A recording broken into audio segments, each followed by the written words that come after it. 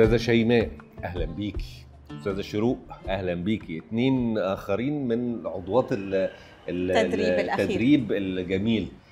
حضرتك بقالك قد إيه بقى في الخيامية؟ ده شغل الخيامية وده شغل الخيامية بتاعك، صح كده؟ شغل أولا في إتقان ومن بتاع زمان يعني. حضرتك بدأت الخيامية إمتى؟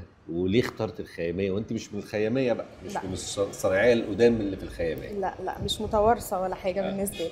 هو أنا بدأت تقريبا من 20 أو أكتر، من 20 سنة أو أكتر.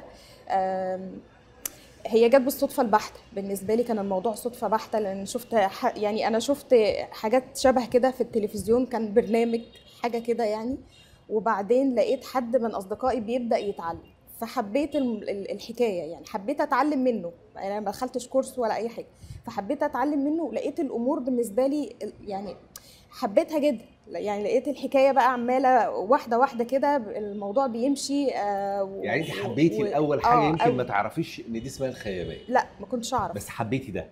بالظبط. حلو جدا. وشروق بداتي تطريز مظبوط. برضو من قد ايه؟ من حوالي 5 سنين. من 5 سنين. تمام. بدايه كانت يعني صدفه ولا واحده قريبتي جت وكان معاها طاره، وكانت معموله طاره اللي هي دي؟ بالظبط، وكانت متطرز عليها، فحبيت الموضوع فسالتها بقى انت اتعلمتي فين، ورحت اتعلمت وخدت كورس. وبعد ما خدت كورس بدات بقى احاول ان اجرب مره، وبعد كده بدات اني اشتغل في التطريز. حلو قوي قوي.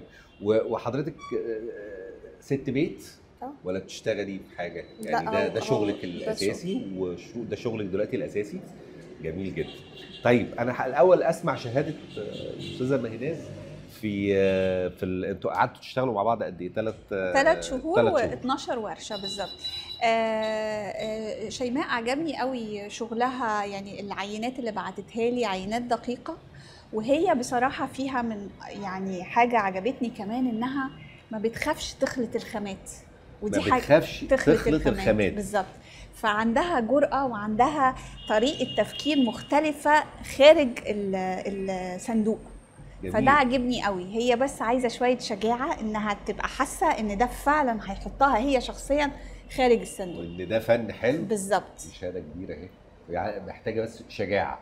خلط الخامات المختلفة، ده الخامات العادية بتاعت الخيامات. دي لكن اعتقد اللي هي حضرتك ايوه بالظبط الشغل اللي ورانا ده بالظبط. ده عبارة عن ايه؟ ده عبارة عن الأقمشة مختلفة مع بعضها، وبدأنا بقى نوظف الخيامية العادية القديمة قوي دي، بدأنا نوظفها في حياتنا اليومية، على لبس، على شنط، على حاجات مختلفة، بحيث ان احنا نقدر نستخدمها، ما تبقاش حاجة مركونة في البيت وخلاص، ما تبقاش ذكريات يعني. فبدأنا نعيد إحيائها مرة تانية بقى بتوظيفها في أكتر من حاجة.